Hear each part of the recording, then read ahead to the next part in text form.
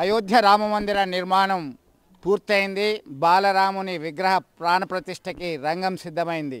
అయోధ్యకు వెళ్ళలేని వాళ్ళు కరీంనగర్లో ఉన్నటువంటి మహాశక్తి ఆలయంలోనే రూపుదిద్దుకున్నటువంటి ఈ సైకత మందిరం చూస్తున్నాం. అయోధ్య తరహాలోనే అచ్చుగుద్దినట్టుగా రూపుదిద్దడం జరిగింది. సైకత శిల్పి ఆర్టిస్ట్ ఉన్నాడు, వెంకటేష్ ఉన్నారు. తెలుసుకుందాం మరింత సమాచారం. ఎంత టైం పట్టింది, మీరు ఎప్పటి నుంచి చేస్తున్నది?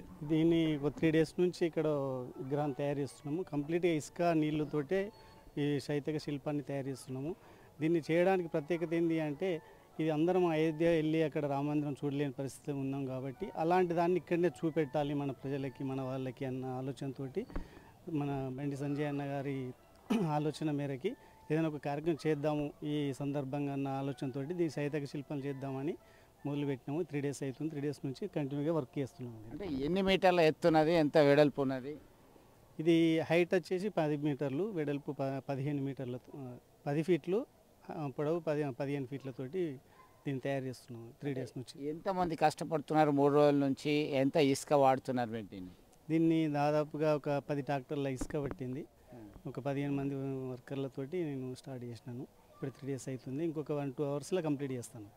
ఓకే. అంటే ఇదివరకు ఏమన్నా ఈ సైకత శిల్పాలు ఏమైనా చేసిండ్రా? ఇంతకుముందు దీనిలో అనుభవం ఉందా? మీరు ఇసుకతో చేయడం అంటే అంత సామాన్యమైనటువంటి విషయం కాదు.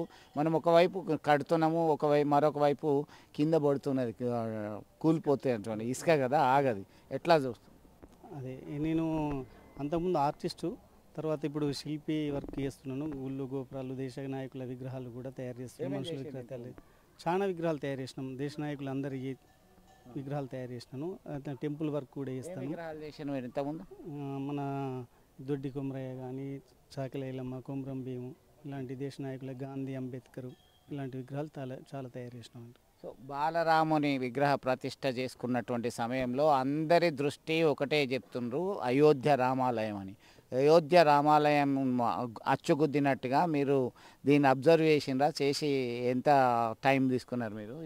దీన్ని ఆ టెంపుల్ ఎలా నిర్మాణం చేసారు, దానిపైన గోపురం ఎలా ఉంది, చిన్న గోపురాలు ఎలా ఉన్నాయి అనే ఆలోచనతో దాన్ని ప్లాన్ చేసుకొని దాని ప్రకారంగా దీన్ని తయారు చేస్తున్నాం. ఎన్ని గోపురాలు వచ్చినాయి? దీనిలో ఇప్పటికీ 5 గోపురాలు వస్తాయి, 3 స్టెప్స్ వస్తాయి.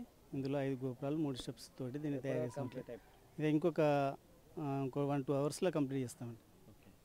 ఎట్లా అనిపిస్తుంది? చాలా ఆనందంగా ఉన్నది, చాలా హ్యాపీ అనిపిస్తుంది. దీనికి మన సంజయ్ అన్న అన్ని విధాల సహకారాలతోటి దీన్ని కంప్లీట్ చేయగలుగుతున్నాం. ఎంకరేజ్ చేసిందా? ఇంకా చాలా చేసిండు. ఏది అడిగినా అది మనకు సిమెంట్ కానీ, ఇసుక కానీ, వాటర్ కానీ అన్ని రకాలు మాకు చూసుకొని అన్ని చేస్తుంటేనే ఇంత తొందరగా ఇది 3 డేస్లో ఇది విజయవంతమైంది అంటే కారణం సంజయ్ అన్ననే.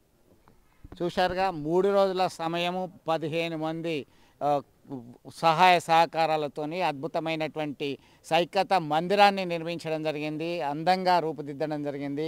అక్కడ అయోధ్యలో బాలరాముని విగ్రహ ప్రాణప్రతిష్ఠ చేస్తున్న సమయంకి ఇక్కడ పూర్తి స్థాయిలో హంగు ఆర్భాటంతో అందరి దర్శనం ఇవ్వడానికి సిద్ధమైనటువంటి పరిస్థితి. ఇప్పటికే చాలామంది చూస్తున్నటువంటి పరిస్థితి, భక్తులు వచ్చి చూస్తున్నారు, అబ్జర్వ్ చేస్తున్నారు. ఇక్కడ ఉన్నటువంటి అబ్బా ఇంత అద్భుతంగా ఉంది, అచ్చుగుద్దినట్టుగా అయోధ్య రామమందిరం నిర్మాణాన్ని పోలినట్టుగా ఉంది అని చెప్తూ వెళ్తున్నటువంటి పరిస్థితి అయితే ప్రత్యక్షంగా చూస్తున్నాం.